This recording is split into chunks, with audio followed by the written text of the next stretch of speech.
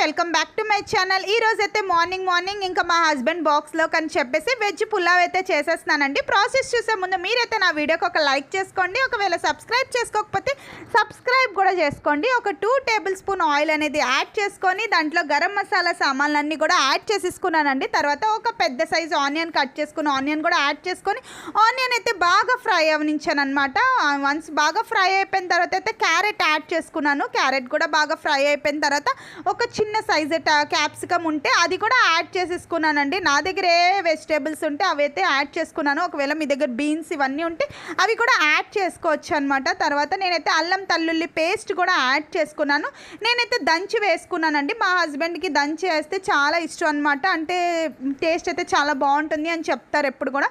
So నేను ఎప్పుడు కూడా ఇంకా దంచే వేసుకుంటాను. తర్వాత ఒక టమాటా కూడా యాడ్ చేసుకున్నాను. ఇంకా టమాటా మగ్గిపోయిన తర్వాత సాల్ట్, కొంచెం ఒక హాఫ్ స్పూన్ కారం, గరం మసాలా పౌడర్ అయితే యాడ్ చేసుకొని ఒక 5 మినిట్స్ అయితే బాగా ఫ్రై అవనించానండి. ఆఫ్టర్ 5 మినిట్స్ తర్వాత అయితే ఒక గ్లాస్ ఆఫ్ రైస్ అయితే యాడ్ చేసుకున్నానండి. రైస్ని ఒక్కసారి మిక్స్ చేసేసుకున్న తర్వాత ఒక 2 గ్లాస్ ఆఫ్ వాటర్ అయితే యాడ్ చేసుకున్నాను. కొత్తిమీర అయితే పైనుంచి అయితే కొత్తిమీర వేసుకొని ఇంకా కుక్కర్ మీద అయితే మూత అయితే పెట్టేశానండి. 2 విజిల్స్ వచ్చిన వరకు. ఆఫ్టర్ 2 విజిల్ తర్వాత అయితే వెజ్ పులావ్ అయితే రెడీ అయిపోయిందండి.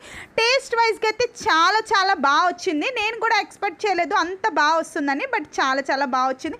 మీరు కూడా తప్పకుండా ట్రై చేయండి. ఇలా పిల్లలకు కానీ హస్బెండ్ కానీ బాక్స్లో పెడితే మాత్రం వాళ్ళు చాలా ఇష్టంగా తింటారు. నచ్చినట్టయితే లైక్ అండ్ సబ్స్క్రైబ్ చేసుకొని అస్సలు మర్చిపోకండి.